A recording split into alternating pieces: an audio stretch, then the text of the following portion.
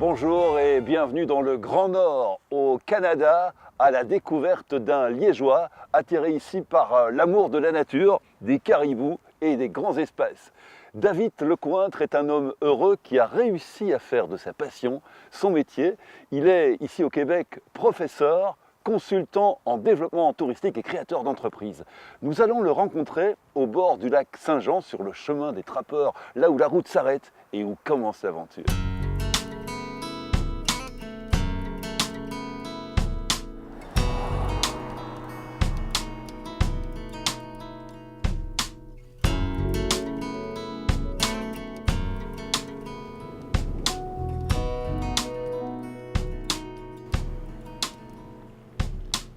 I want you to know that I am happy for you. Bonjour David. Bonjour, ça va bien? Bienvenue au Québec. L'hiver va être rigoureux. On rentre du bois pour être sûr de ne pas geler. On va être bien dans la chaleur tout l'hiver, il n'y a pas de problème. Et nous sommes ici, David, au pied de votre cabane au Canada. C'est votre endroit, voilà, votre camp de base. Effectivement, Adrien, comme tu le vois, j'ai beaucoup de chance. Je demeure ici au bord de la rivière à Chouap-Mouchouane, à Saint-Félicien. J'ai la chance d'y vivre avec ma famille, j'ai la chance d'y travailler aussi au bureau. Puis c'est d'ici que je prépare mes dossiers, tout ça, avant de partir. J'ai du mal à croire que vous venez de la région de Liège. En vous entendant parler, on a l'impression que vous êtes né ici, David. Je suis là depuis 13 ans, puis je vis avec une Québécoise, Nadine Girard. Fait que c'est sûr que j'ai fait ce qu'on appelle ici des accommodements raisonnables, et puis je me suis acclimaté pas mal. D'accord, vous allez nous présenter votre blonde, et puis un petit peu votre camp de base ici. On va descendre... Non, ça je ne le crois pas. C'est une rivière, ça? Oui, c'est la rivière à Chouap-Mouchouane, puis au loin, on voit le lac Saint-Jean, un magnifique terrain de jeu aquatique, mais déjà gelé pour le moment. Alors, on va pouvoir vous montrer tout ce qu'on peut faire ici comme activité.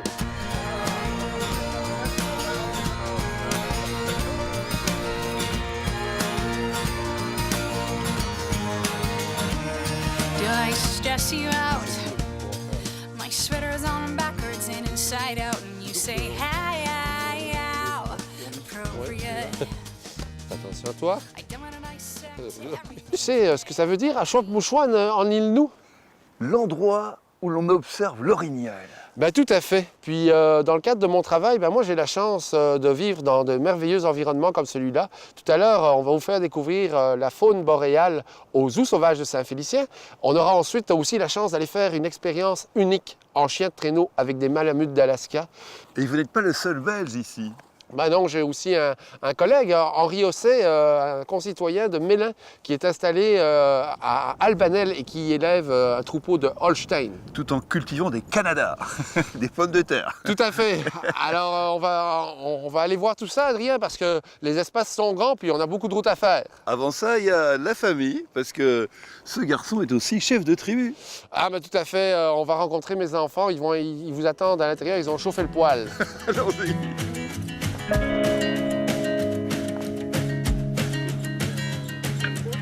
Dans la grande allée longeant les bouleaux broyés dans ma poche, un petit cadeau.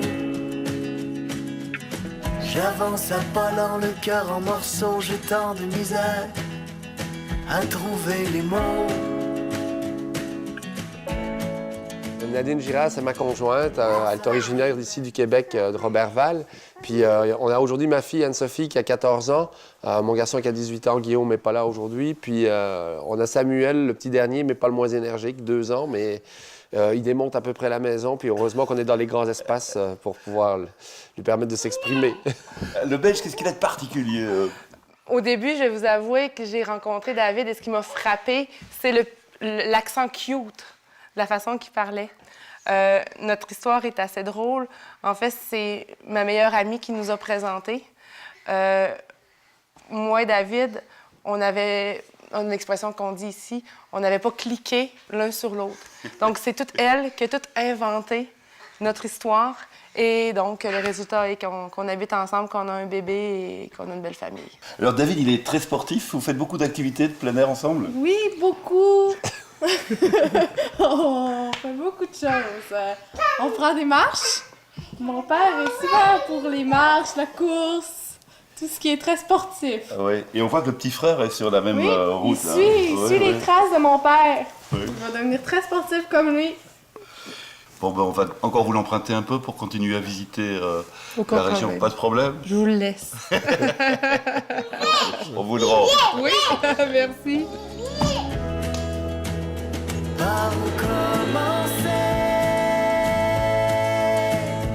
pour tout recoller? Par où commencer?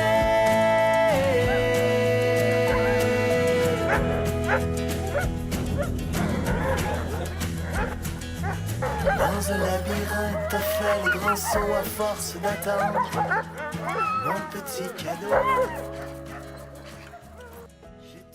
David, vous êtes un créateur d'entreprise. La première, c'était ici à Gérardville.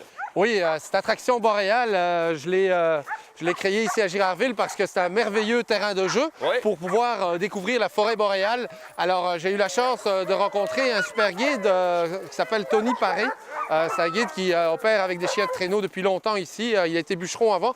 Je parie que c'est lui. Il est en train de se préparer. Salut Tony! Salut Ça va David, bien? ouais, ça va bien. Bonjour Tony. Bonjour. Ah, ça c'est de la poigne, hein, c'est la vraie de vraie. Donc vous avez lancé ensemble Attraction Boréale Ouais. avec les chiens de traîneau, entre autres, hein, parce qu'il y a plein de choses. Ouais, ben ça a commencé comme ça, là, de fil en aiguille. David, c'était un client au départ. Après ça, ben, on avait passé une semaine tout seul ensemble. Hein? 11 jours dans le Une bois. semaine d'amoureux, si on peut le dire, presque. Non, mais c'est qu'on s'est mis vraiment bien copains. Puis David, il dit, hey, pourquoi qu'on n'essayerait pas de lancer quelque chose?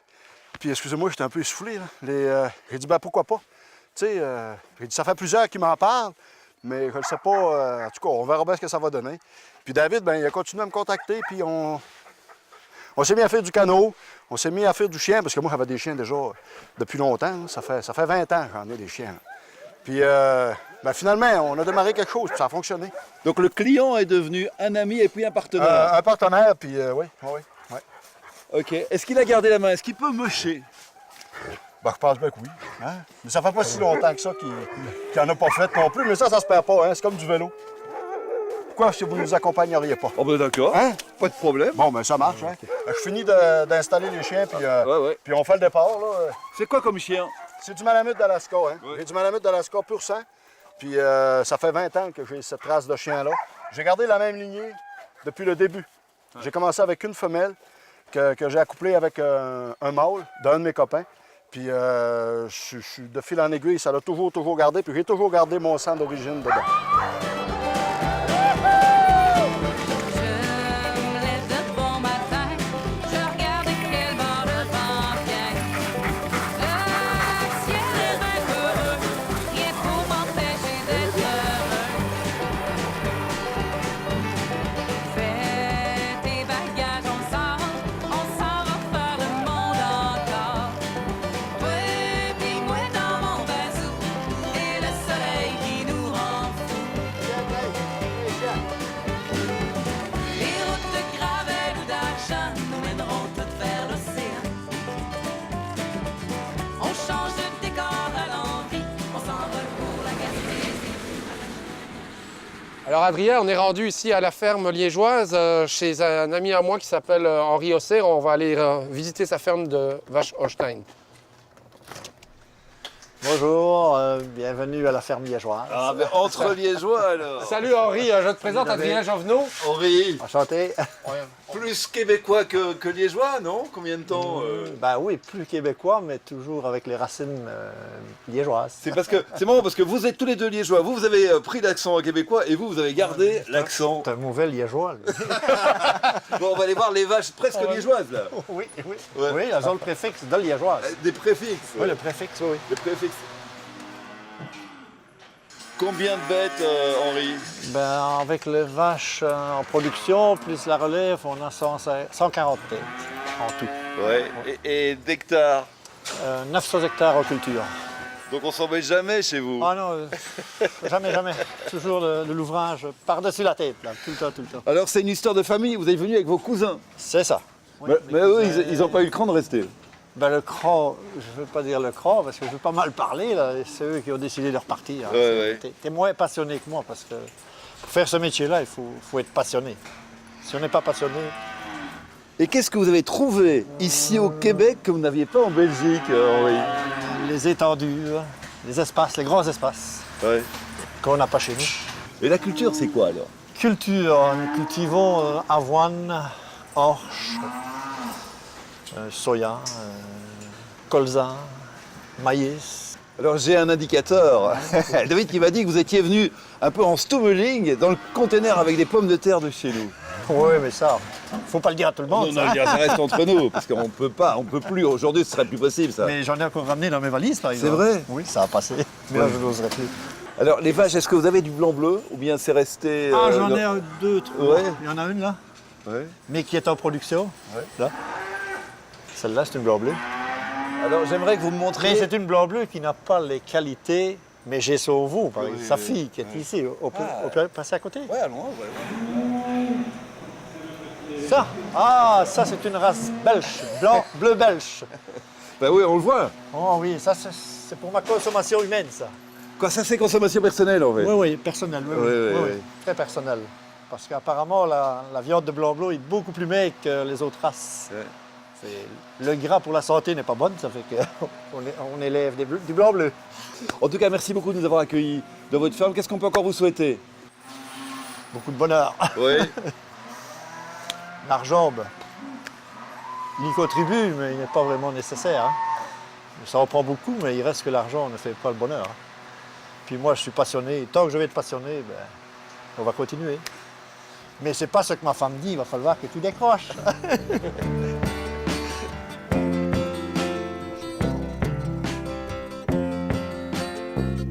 Old man, look at my life. 24 and there's so much more.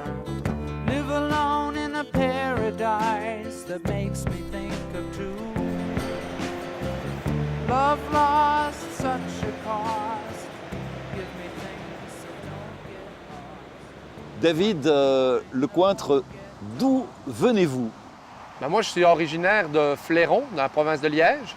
Puis je demeure ici donc à Saint-Félicien depuis 2000 au Lac-Saint-Jean, au nord du Québec. Avec déjà, adolescent, une idée derrière la tête, vous avez fait des études dans quel domaine? Ben, j'ai étudié le tourisme et l'économie au Rivageois, à Liège, appelé maintenant Haute École Charlemagne. Puis j'ai toujours aimé voyager. D'ailleurs, j'ai choisi ces études parce que j'avais fait un petit détour en administration des affaires, mais je suis parti au ski avant la session d'examen en décembre, puis je suis revenu juste en mars.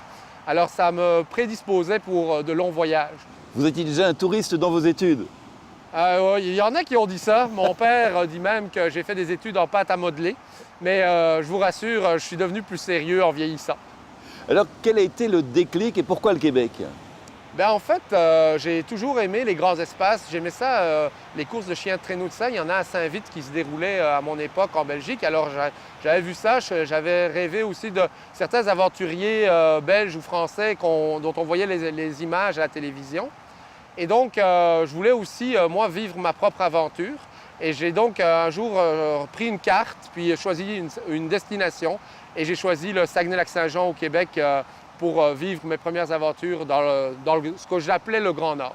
Je suis professionnel en tourisme. Donc, j'enseigne en tourisme au niveau collégial, puis je réalise des projets touristiques de développement d'entreprises touristiques ou d'infrastructures telles que des circuits cyclables. Est-ce que le Belge, par rapport aux autres Européens, a une entrée plus facile au Québec? Ah oui, ben oui, je suis convaincu que oui. Je revendique souvent ma nationalité belge par rapport à la nationalité française. Je pense qu'étant originaire d'un petit pays, puis moi particulièrement la région liégeoise, proche de l'Allemagne et des Pays-Bas, on a été habitué à être conciliant, à être ouvert sur les autres cultures, puis à s'adapter à des environnements que les grandes nations ne doivent pas nécessairement toujours faire. Alors, au Québec, je suis sûr que ça m'a ouvert de grandes portes. Et l'autre chose qui m'a ouvert de grandes portes en tant que Belge, c'est de dire que je ne travaillerai pas tout seul. je vais travailler avec les Québécois. Puis je me suis associé avec un Québécois quand je suis arrivé. Je vis avec une Québécoise. J'enseigne avec des Québécois à des étudiants internationaux. Alors, c'est en travail.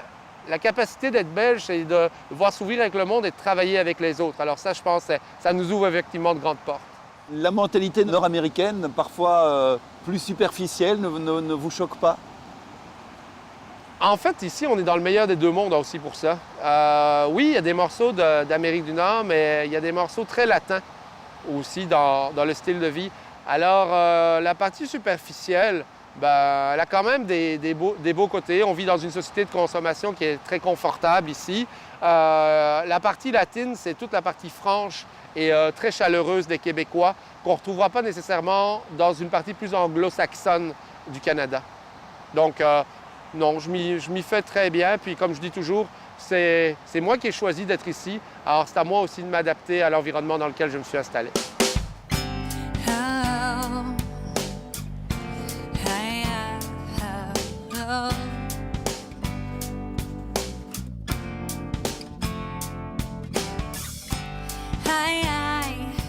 Recommend getting your heart trampled on to anyone. Yeah. Oh, yeah. I recommend walking around naked. Si on veut aller plus loin, il faut s'équiper. Ah ben là, Adrien, je te laisse le choix des armes. Je t'ai parlé de mes outils de travail, bien en voilà des nouveaux.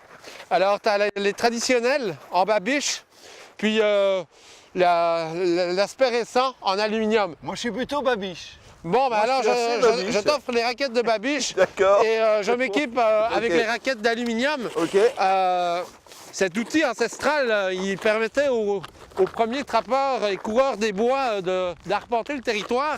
Mais aujourd'hui, on s'en sert d'un point de vue plus ludique.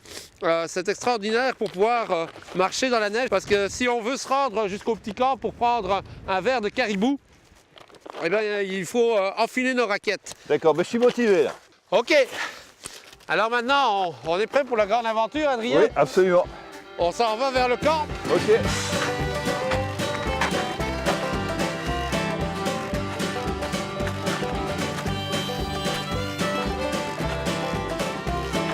Je me lève de bon matin, je regarde quel bord de vent vient. Le ciel est bien peureux, rien pour m'empêcher d'être heureux. David, sur le chemin des trappeurs là. Ben oui, en fait, la colonisation du Québec, c'est un petit peu cette histoire-là. Les coureurs des bois qui ont fait la traite des fourrures ici dans la région du lac Saint-Jean, le long de la rivière Achouape-Mouchouane, on est sur la route des fourrures. Une route légendaire, un petit peu décrite comme celle de Jack London dans ses récits. Puis ce que je trouve le fun aujourd'hui, c'est de pouvoir la parcourir en raquette avec toi, Adrien. Ça nous permet de vraiment vivre de l'intérieur cette forêt boréale qui est si merveilleuse. Coureur des bois, ça vous va bien. Parce qu'en plus, vous faites du jogging, du triathlon, du sport, mais à chaque fois dans la nature. L'important dans le sport, comme dans la raquette qu'on fait aujourd'hui, c'est les rencontres, c'est ce qu'on découvre en faisant du sport. C'est pas seulement l'exercice physique et le dépassement de soi, c'est aussi effectivement la rencontre avec des animaux parfois, avec la population locale. Puis dans mon métier, c'est aussi d'amener les personnes de l'extérieur à venir découvrir cette nature merveilleuse. Même des grands aventuriers, Alain Hubert est venu s'entraîner ici, Didier Goudegebure. C'est vrai, ils sont venus au Québec, on fait des belles rencontres avec des gens qui préparent des expéditions parfois encore beaucoup plus lointaines, beaucoup plus exotiques. Mais ici, la route s'arrête, l'aventure commence, alors c'est un bon départ pour eux.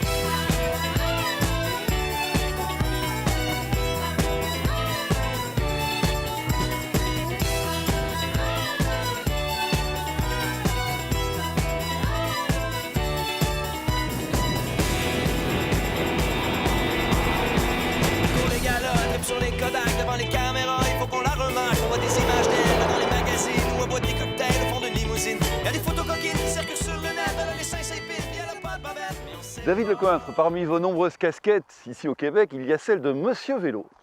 En fait, oui, j'ai été directeur de la véloroute des Bleuets sur laquelle on se trouve présentement et actuellement, je m'occupe du développement de la véloroute du Saguenay. Cette expertise touristique vous a valu un poste de professeur. On va tout de suite vous suivre dans votre école.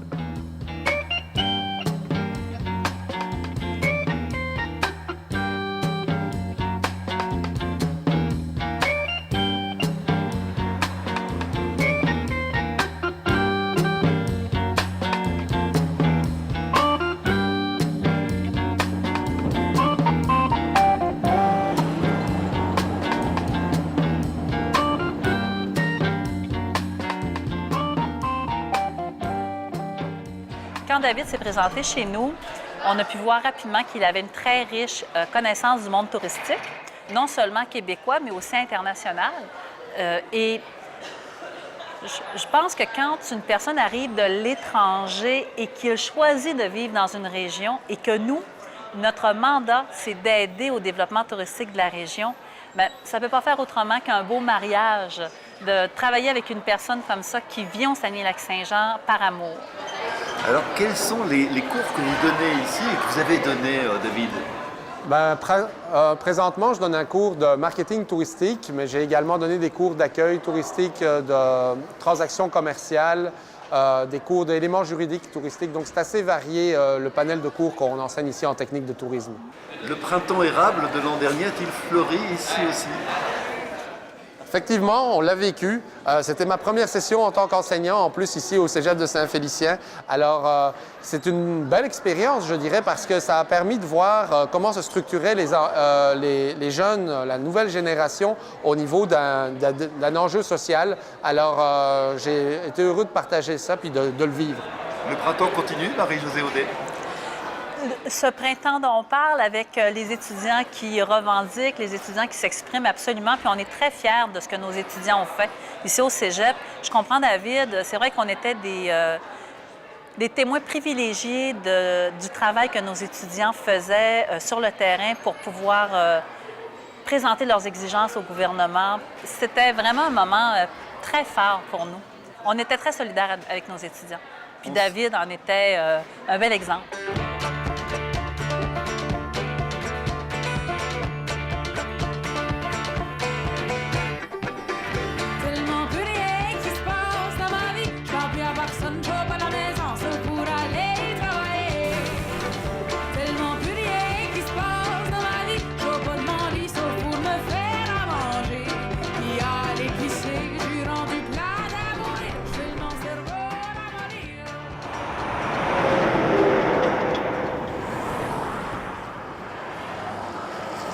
C'est ici sur les rives du lac Saint-Jean que nous allons bientôt terminer cette émission Les Belges du bout du monde. David, un lac qui vous ressemble, il a l'air paisible mais c'est une vraie source d'énergie. Tout à fait, les grands espaces, le lac Saint-Jean, le fjord, ce sont des éléments qui permettent de se dépenser pleinement, de découvrir la nature dans ses plus beaux atouts. Puis là, il est gelé, là. Mais rassure-toi, au Québec, ça dégèle l'été. Hein? Alors, on fait du bicycle à pédales, ça c'est du vélo. Puis on fait du canot, de la pêche, du kayak, un merveilleux terrain de jeu, 4 saisons, Saguenay-Lac-Saint-Jean, le pays des géants, c'est ici qu'on s'amuse. Ah, c'est ce qu'on a voulu montrer dans cette émission, Les Belges du bout du monde. J'en profite pour remercier les téléspectateurs de la RTBF et de TV5 ici au Québec et partout sur la planète. Nous nous retrouverons la saison prochaine pour d'autres portraits de Belges un peu fous comme vous qui sont partis à la conquête de leurs rêves. Et puis je vous souhaite de bonnes fêtes de Noël. Joyeux Noël et une bonne année, Adrien. À bientôt, les amis. J'ai beau me promener les poches vides, pourtant je me sens pas plus léger. Mais au moins j'ai la vieille lucide, ça fait que check-moi bien aller. Voulez-vous bien me dire sacrément où c'est qui s'en va mon argent? Je suis un bon contribuable, je donne la moitié de ma paie. Montre-toi pas pourquoi je suis pas capable de gagner 20 piastres au soleil. Moi je porte mon pays à bout de bras, tout ça pour des mauvais services. Pis c'est chez nous qui pète le toc, on a plus d'argent dans le calice. J'ai pris à la gorge pas d'oxygène, je suis dans la classe